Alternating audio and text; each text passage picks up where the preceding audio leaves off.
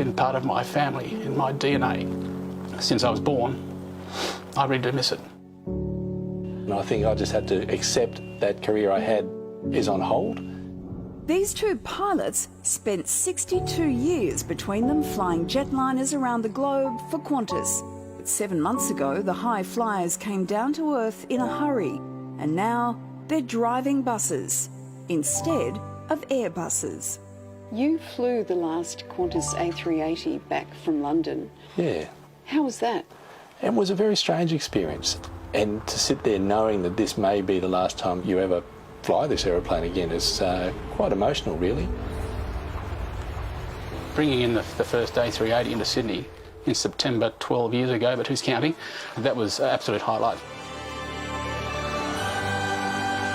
You know, I won't sleep for days, I don't think. It's just, I'm still on such a high. My father was a Qantas captain. He brought the first 747 in back in 1970-something. The one with the biggest first-class lounge in the skies, with 15 washrooms and separate shaver bars. My mum was a hostess. My wife was a flight attendant as well. My sister was a flight attendant, so I sort of had no option to get into aviation for my career. So what's your relationship with Qantas at the moment? I'm stood down. All the 380 crews are stood down, so we're sitting back and just waiting for the phone to ring. And the phone did ring, but not for the most joyous of occasions. Both Peters were asked to fly Qantas A380s into California's Mojave Desert, where the fleet has been mothballed indefinitely. It was a really surreal experience to arrive at an airport that's pretty well full with derelict aeroplanes. Is it emotional leaving the planes behind? Yeah. I think, excuse me.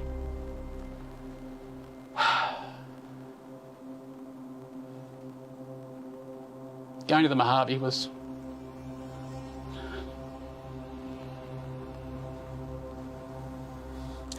probably one of the most difficult things.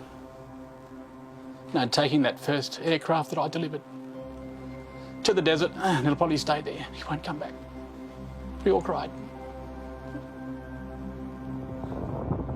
Now there's 10 380s parked in Victorville, parked on the dirt, the tumbling tumbleweeds being blown by the wind. Then you pan away from our 10 aircraft and there's 700 or 800 aeroplanes.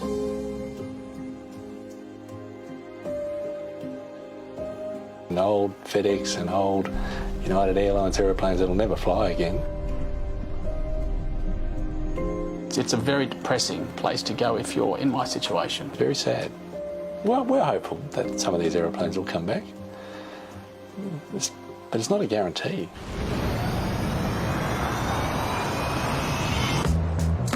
So Peter, how's the first week driving the bus going? It's been pretty good so far. It's only been a day, so it's not really even a week.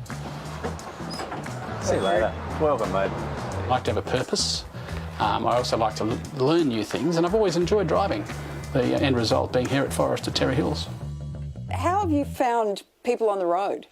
Some of them are really, really courteous, and you put your blinker on and they'll stop and they'll give you the room, and I give them a wave and say thank you very much, but there are the others who need to get in front of the bus, and that's their priority in life. Well, how does it differ to flying an Airbus? Well, it's just the level of concentration. There's very intense concentration flying an Airbus, but for shorter periods of time. Depending how long that flight is, I might be able to go back and have a crew rest and maybe watch a movie and have a snooze. But on my shifts here with Forrest and on the buses, I'm concentrating the whole time. You can't not concentrate, even for a second. It's all I can do to look down and see what time I'm due at the next bus stop, just like that. And I've scared a few gutters. Yeah, I have. Must have been exciting for you. Very exciting. I have a newfound respect for heavy vehicle drivers around Sydney, which is quite challenging on some of the roads we have to use. So Peter, you're the boss here. How many former airline crew do you have working here? Well, by the end of November, I'll have 13. Word just spread between the little group of friends. And from one to one to one to one to one, they're all here. So what's special about the long haul guys? Well, it just means I won't be back in the air for a while, so it means I get to... I think he just capitalised on you. It means I get to keep them for a bit longer. I think we're very lucky to have what we've got, to have a reason to get up and go to work and provide for the family and things like that. That's great for our mental health.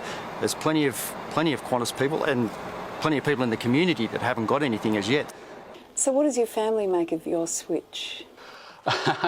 Well, my junior daughter is studying at Macquarie University, so she's dying to get on the 197 out of Ingleside, so she can sit there and go with Dad at the front, and I can drop her off at uni. I think my wife's happy to have me out of the house. It's only so much gardening can be done. I don't like gardening. It's good, I suppose, in a way, to be able to set an example for your kids, and you know, it's somewhat about resilience, I suppose. I always thought that when I retired, driving the buses around with a few school kids on a run, you know, learn their names, I think that could be very pleasant. I just never thought it would come so soon. You know, I like machines. I do. Have you had to take a bit of a pay cut? Oh, just a little. Is that tough? Oh, look, we've readjusted our priorities, and we've possibly readjusted what retirement might mean to us. So do you think you'll fly again? Yep. But I have to take this opportunity and run with it. I am enjoying bus driving. Morning. I mean, if you enjoy your work, you don't actually work, do you? True. Yeah, I will look forward to getting back on an aeroplane, but at the moment, I'm making the most of what I've got. We'll see what happens in the future, and when I do formally retire completely from Qantas, hopefully I can come back here.